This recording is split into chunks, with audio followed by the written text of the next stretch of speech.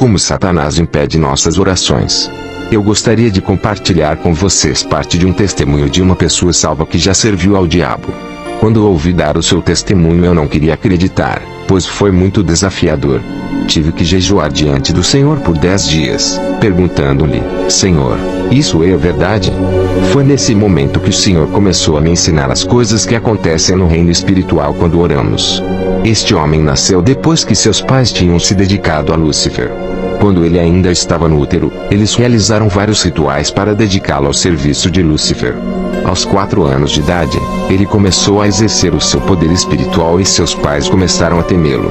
Quando ele tinha 6 anos de idade, seu pai o levou a algumas bruxas para que elas o treinassem. E aos 10 anos, ele já fazia tremendas façanhas para o reino do diabo. Ele já era temido por bruxas comuns. Ele ainda era um menino, mas já era tão terrível nas coisas que fazia. Quando fez 20 anos já era um jovem com muito sangue em suas mãos. Ele matou à vontade. Tinha a capacidade de deixar o seu corpo através da meditação transcendental. E ele podia levitar. Às vezes seu corpo se levantava do chão e ficava no ar. Às vezes, ele entrava em transe e deixava seu corpo. Seu corpo ficava para trás, enquanto ele saía para o mundo, através de uma prática chamada viagem astral. Ele foi usado por Satanás para destruir ou dividir muitas igrejas, e levou à ruína muitos pastores. Um dia, ele foi designado para destruir uma igreja que estava em campanha de oração. Havia muita confusão e divisão na igreja. Ele começou a trabalhar contra ela, mas, nesse momento, o pastor chamou toda a igreja para fazer jejum. Como a igreja começou a jejuar, houve muito arrependimento e muita reconciliação. As pessoas se reuniram e começaram a orar para o Senhor trabalhar no meio delas. Elas continuaram intercedendo e clamando a Deus para ter misericórdia delas e intervir em suas vidas. À medida que os dias passavam, o homem veio de novo contra a igreja com espíritos demoníacos. Mas uma palavra profética veio, dizendo aos cristãos para se levantarem e travarem uma guerra contra os poderes das trevas que estavam atacando a igreja.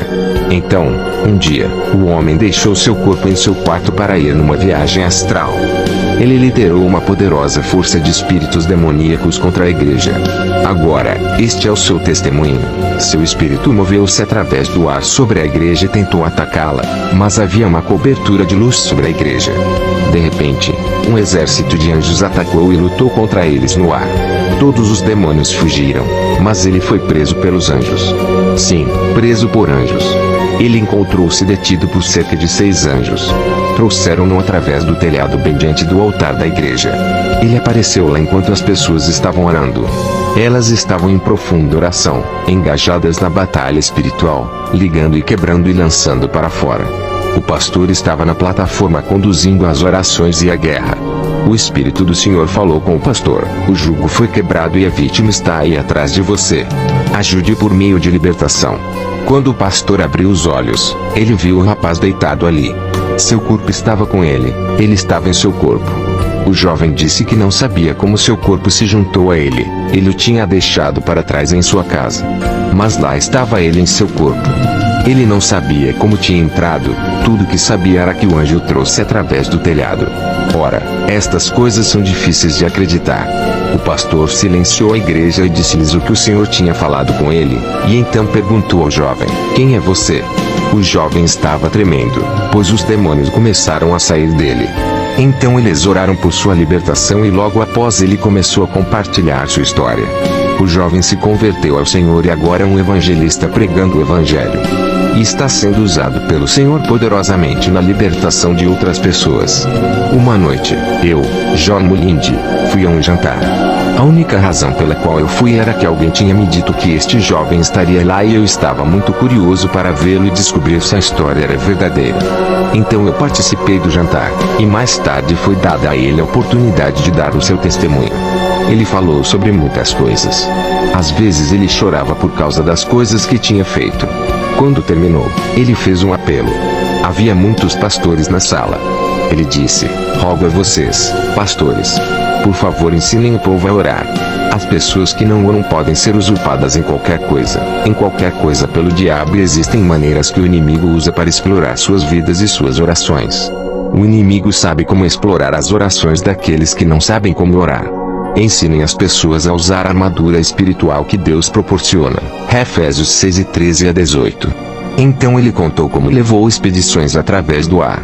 Ele ia com outros agentes satânicos e muitos espíritos demoníacos.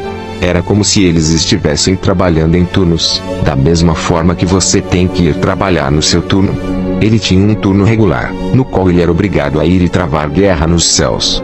Ele disse que, nos lugares celestiais, no mundo espiritual, quando a terra é coberta por um manto de escuridão, a cobertura é tão densa que é como rocha sólida. E abrange toda a área. Os espíritos são capazes de ir por cima e por baixo dessa cobertura e, de lá influenciar os acontecimentos na terra. Quando os maus espíritos e os agentes satânicos humanos terminam seus turnos, eles vão para a terra nos pontos de aliança, na água ou na terra, para revigorar seus espíritos. Como eles revigoram seus espíritos? Pelos sacrifícios que as pessoas fazem nestes altares. Eles podem ser sacrifícios de feitiçaria, derramamento de sangue de todos os tipos, incluindo aborto, guerra e sacrifícios humanos e animais. Podem ser sacrifícios de moralidade sexual, nos quais as pessoas praticam perversões sexuais e todo tipo de promiscuidade. Tais atos fortalecem esses poderes. Existem muitos tipos diferentes de sacrifícios. Ele disse que quando os agentes satânicos estão nas regiões celestiais e os cristãos começam a orar na terra, as orações dos cristãos aparecem para eles em 3 formas. Todas elas aparecem como fumaça que está subindo em direção ao céu. Algumas orações aparecem como fumaça que deriva ao longo e desaparece no ar. Estas orações vêm de pessoas que têm pecado em suas vidas que não estão dispostas a tratá-los. Essas orações são muito fracas, pois elas são desintegradas e desaparecem no ar. Outro tipo de oração é também como fumaça. Levanta-se para cima até atingir a rocha, mas não consegue romper a rocha. Estas orações geralmente vêm de pessoas que tentam se purificar, mas não têm fé quando oram. Elas costumam ignorar os outros aspectos importantes que são necessários quando alguém ora. O terceiro tipo de oração é como a fumaça que está cheia de fogo. Quando sobe, é tão quente que, quando atinge a rocha começa a derreter como cera, perfurando a rocha e a travessa. Muitas vezes, quando as pessoas começam a orar, suas orações parecem com o primeiro tipo. Mas como elas continuam orando, suas orações mudam e tornam-se como o segundo tipo de oração. E como elas continuam orando, de repente, suas orações inflamam em chamas. Suas orações tornam-se tão poderosas que perfuram a rocha. Muitas vezes os agentes do mal notam que as orações vão mudando e chegando muito perto de se tornar fogo. Estes agentes, então, comunicam outros espíritos da terra e dizem-lhes: distraia essa pessoa da oração. Impeçam-nos de orar. Detenham-nos. Muitas vezes, os cristãos se rendem a essas distrações. Eles estão buscando, arrependendo-se e permitindo que a palavra examine o seu espírito. Sua fé está crescendo. Suas orações são cada vez mais focadas. Então o diabo percebe que suas orações estão ganhando força, e as distrações começam. Telefones tocam. Às vezes, no meio de oração muito intensa, o telefone toca e você acha que pode ir atendê-lo e, em seguida, voltar e continuar orando. No entanto, quando você volta ao início. E é isso que o diabo quer. Outros tipos de distrações surgem em seu caminho. Elas podem tocar seu corpo, trazendo dor em algum lugar. Elas podem fazê-lo ficar com fome, fazendo com que você queira ir para a cozinha preparar algo para comer. Se eles conseguirem tirar você desse lugar, eles terão derrotado você. Ele disse aos pastores: ensinem as pessoas a reservar algum tempo, não apenas para a oração casual. Eles podem fazer isso o resto do dia. Uma vez por dia, eles devem ter um momento em que eles estarão se concentrando de todo o coração em Deus, sem distrações. Se as pessoas insistirem nesse tipo de oração e se permitirem ser inspiradas no Espírito para continuar, alguma coisa acontecerá no Espírito. O fogo atinge a rocha e ela derrete. O homem disse que, quando o degelo começa, ele é tão quente que nenhum espírito demoníaco pode suportar. Nenhum espírito humano pode suportar. Todos eles fogem. Aparece uma abertura no reino espiritual. Tão logo ela aparece, todo o problema na oração para. A pessoa que está orando no chão, sente que a sua oração, de repente, torna-se tão boa, tão agradável, tão poderosa e intensa. Eu descobri que, naquele momento, normalmente perdemos toda a consciência de tempo e outras coisas. Não que nos tornemos descuidados, pois Deus cuida de nosso tempo. Mas é como se você abandonasse tudo e se conectasse com Deus. O homem disse que quando as orações rompem, a partir daquele momento não há mais resistência e a pessoa pode continuar orando, enquanto ela quiser. Não há nenhuma resistência para detê-la. Então ele disse que depois que a pessoa termina a oração, a abertura continua aberta. Ele disse que quando as pessoas saem de seu local de oração, e seguem sua rotina, a abertura se move junto com elas. Elas não estão mais operando sob a cobertura. Elas estão operando sob um céu aberto. Ele disse que, nesse estado, o diabo não pode fazer o que quiser contra elas. A presença do Senhor é como um pilar do céu sobre suas vidas. Elas são protegidas, e há tanto poder dentro do pilar que, por onde elas forem, a presença toca outras pessoas também. Elas discernem o que o inimigo tem feito em outras pessoas. E enquanto elas falam com as pessoas que estão junto delas, essas pessoas também vêm para dentro do pilar. Enquanto elas ficam dentro do pilar, todas as amarras impostas pelo inimigo enfraquecem. Então, quando as pessoas que experimentaram este avanço espiritual compartilham Jesus Cristo com os pecadores, a resistência dos pecadores é baixa. É muito fácil trazê-los até a salvação. Quando oram pelos enfermos ou sobre outras coisas, a presença que está com elas faz toda a diferença. O homem disse que o diabo odeia essas pessoas. Ele disse que, em lugares onde a oração acontece regularmente desta forma, a presença vem sobre aquele lugar e não sai mais. Quando as pessoas que não conhecem a Deus entram em tal lugar, todas as amarras de repente se enfraquecem. Se alguém está disposto a servi-las com paciência e amor, elas podem facilmente ser atraídas para a salvação, não pelo poder nem pela força, mas pelo Espírito de Deus, que está presente. Mas ele disse que, se ninguém se preocupa em alcançá-las, elas apenas entram na sua presença, sentem-se condenadas e começam a debater se devem ou não ceder. Se elas não são atraídas para a salvação, quando se afastam daquele lugar, suas amarras ficam mais fortes. E o diabo tenta o seu melhor para impedi-las de entrar em um ambiente como esse novamente.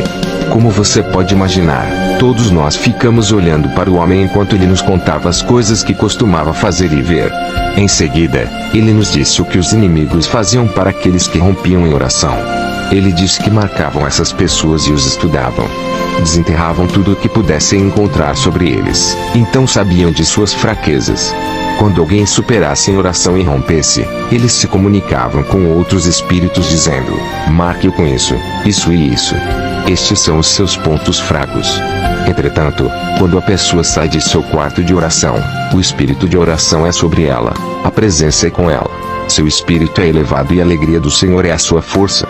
No entanto, o inimigo sempre tenta trazer coisas que possam distraí-la de se concentrar no Senhor. Se a fraqueza da pessoa é na área de temperamento, o inimigo vai levar pessoas a fazer coisas para deixá-la irritada. Se ela não é sensível ao Espírito Santo e se permite perder a paciência, ela tira os olhos do Senhor. Ela fica irritada, se sente furiosa. Então, depois de alguns minutos, ela quer esquecer tudo e seguir em frente com a alegria do Senhor. No entanto, não se sente mais alegre. Ela tenta se sentir bem de novo, mas não pode. Por quê? Enquanto ela estava cedendo à tentação, os demônios estavam trabalhando duro para fechar a abertura acima dela. Depois de terem restaurado a rocha, a presença é cortada. A pessoa não deixa de ser um filho de Deus. Mas o extra de unção sobre a sua vida, a presença que buscou além do seu próprio esforço, é cortada. O inimigo busca conhecer as suas áreas de fraqueza.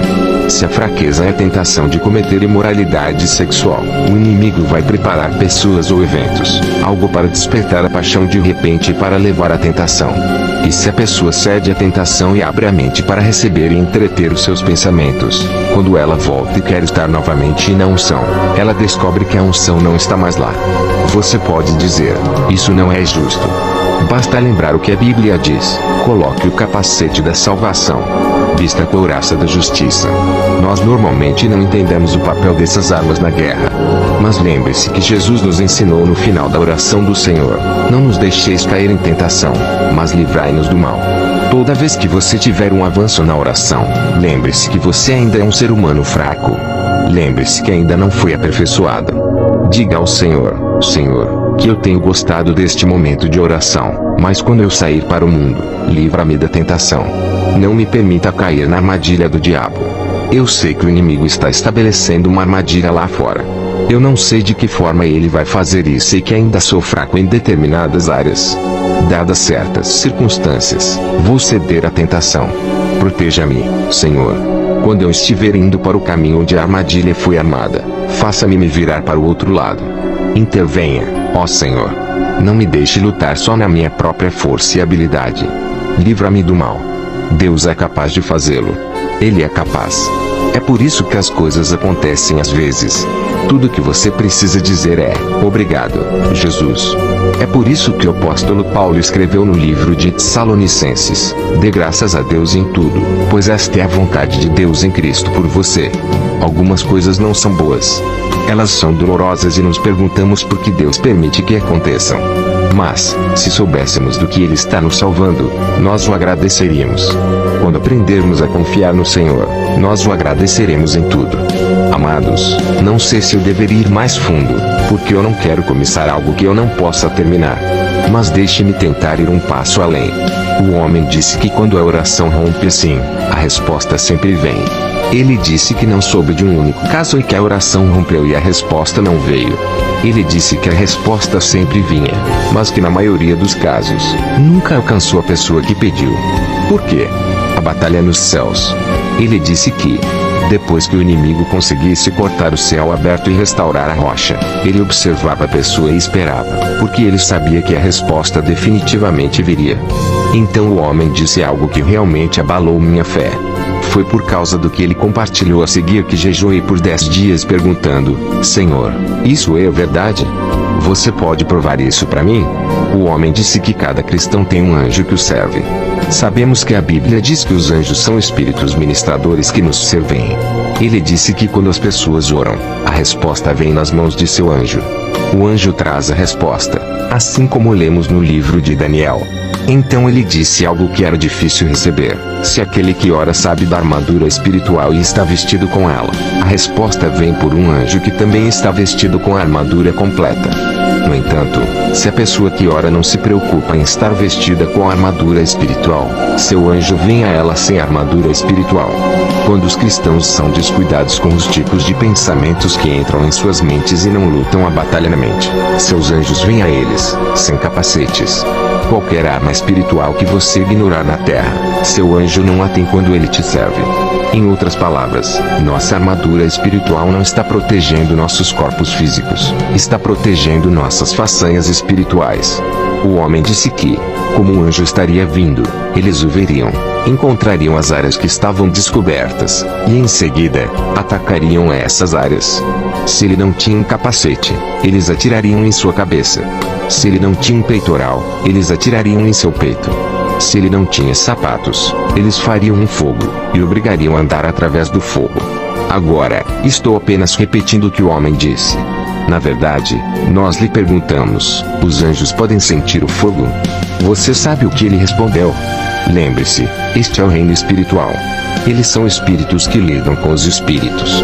A batalha é intensa. Quando domina um anjo de Deus, a primeira coisa que eles vão atrás é a resposta que ele está carregando, e a roubam dele.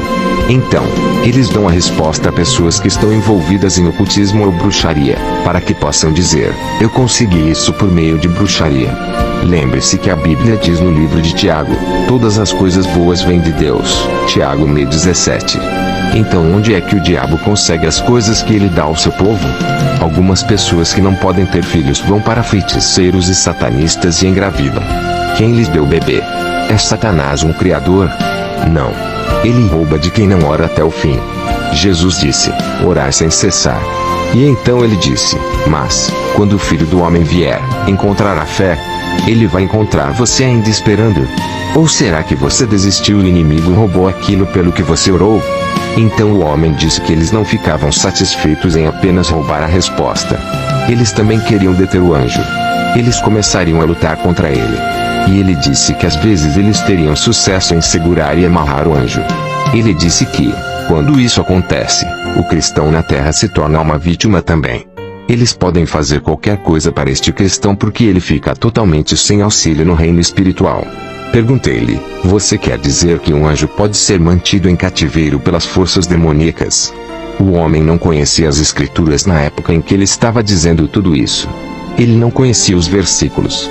Ele estava apenas compartilhando sua experiência. Ele disse que não conseguiam segurar o anjo por muito tempo porque, como outros cristãos orariam em outro lugar, reforços viriam e o anjo sairia livre. No entanto, se o cristão responsável não orasse por ele, o anjo permaneceria em cativeiro. Então, o inimigo enviaria seu próprio anjo para o cristão como um anjo de luz. É assim que o engano vem, falsas visões e falsas profecias, falsas orientações ou conduções no espírito e a realização de todos os tipos de decisões erradas.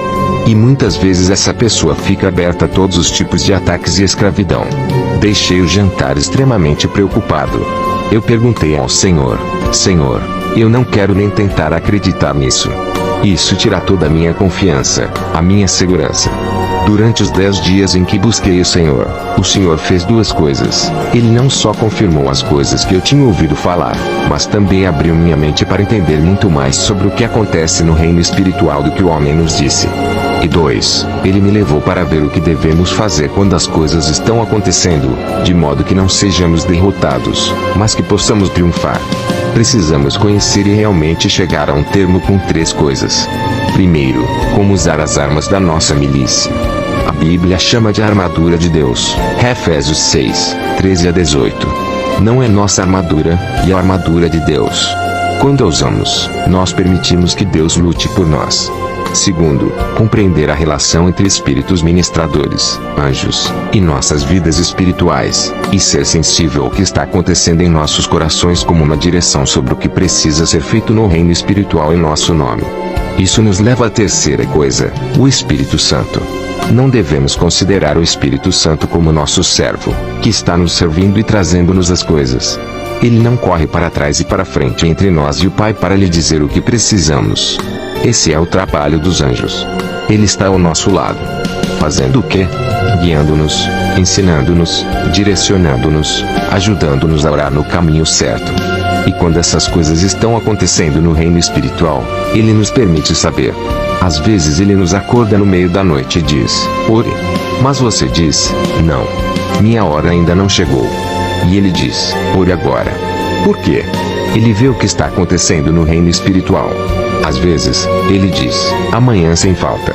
Mas você diz: não, vou começar na segunda-feira. Mas ele entende o que está acontecendo no reino espiritual. Devemos aprender a ser sensíveis ao Espírito Santo. Ele nos guia pelas veredas da justiça. Amados, temos que parar por aqui. Talvez amanhã de manhã vamos falar sobre como podemos orar conhecendo as batalhas no reino espiritual e como podemos romper. E também como manter o nosso avanço, uma vez que tenhamos alcançado isso. Depois de aprender tudo, se tornará agradável. Então, vamos aprender uma coisa: a batalha não é nossa, a batalha é do Senhor. Aleluia! Vamos ficar de pé. Olhe nos olhos de alguém, e pense em quantas vezes essa pessoa pode ter perdido o que Deus tinha para ela. Junte essas mãos, se puder, com 2 ou 3 pessoas, e digam uns aos outros: não há necessidade de mais nenhuma derrota. Podemos vencer. Há poder suficiente para vencer. Jesus já terminou o trabalho. Orem uns pelos outros para que o Senhor nos ajude a superar. Nós não devemos perder. Há graça suficiente.